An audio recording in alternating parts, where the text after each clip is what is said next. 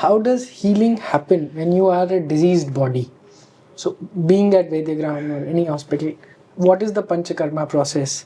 Kaushal talked about Snehapanam. Can you talk about that? What is this elimination? So basically, first there's an evaluation process to understand you and Which your is the condition. Nadi Pariksha. Different methods are there. You can look at the tongue. You can look at there are so many. Look at the eyes. Right. Ask questions. Today, where required, laboratory reports are also looked at. Okay. To ensure that you do a proper evaluation, and that evaluation continues on a daily basis, like in any medical system. When you are going through a treatment process, you try to do the evaluation on a daily basis. And then based on that evaluation, the first correction starts at the digestion level.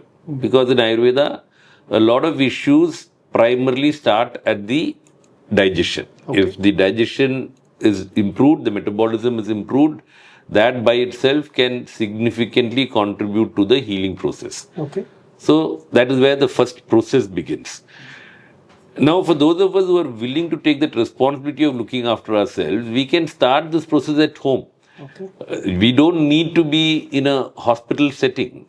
It is because we are unable to take that responsibility that we move into a hospital setting where, under controlled conditions, we go through this process. Right. So, once we know that the digestion is a little better, then comes the point where we have to evaluate whether the cleansing is required or not. Because some of us, the problem is so chronic or so advanced that perhaps a deep cleansing is required of the system. Okay. For others, it may not be so advanced where you can manage even without the cleansing. Okay. However, for either group, whether you do cleansing, intense cleansing or mild cleansing, it has to be followed always by nourishment, which happens either at the hospital or when you go back home. So, digestion is better. Now cleansing is done. To prepare for the cleansing, one needs to work towards bringing everything into the central gut. Okay. From where the alimentary canal, from where it can be eliminated. Whatever toxins or impurities. So what are these toxins? We can call it ama. We can call it ama dosha. There are different what is this? words. Are they real biochemical toxins, leftovers from food, visible under a microscope, or is this some form of energy, or what? Both? So I have not seen the microscope, so I have no idea. But I think these are very tangible, because when we examine what comes out, that gives us a lot of information about how well the cleansing has happened or not. Got it. So we are seeing tangible substances coming out in an intense cleansing process. Via the stool, for example. Via the stool, or when we vomit, there is something tangible that is coming out. So we are actually looking at it. Got it.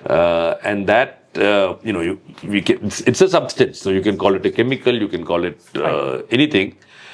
That is the, it is the accumulated toxins over a period of time that is being shaken. So this is why once the digestion is reasonably corrected, the preparation for elimination is such an important process. Okay. Because if we don't draw this from all parts of the body into the alimentary canal, it will be a very superficial cleansing that happens. Okay. And this process of preparation can take anywhere from 3 days to 5 days to 10 days, sometimes 20 days. It depends on the nature of the toxins and the patient also.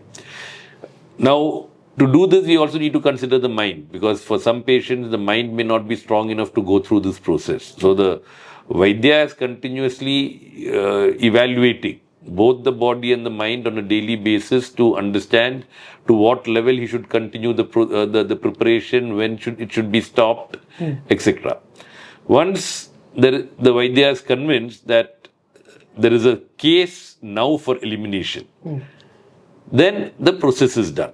Whatever is chosen, whether it is a purgation or an enema or whatever is the process, that is done, followed by gradual rebuilding. Because when there's an intense cleansing process, there will be some depletion also in the system. Okay. And at that point, the body is very vulnerable, very tender.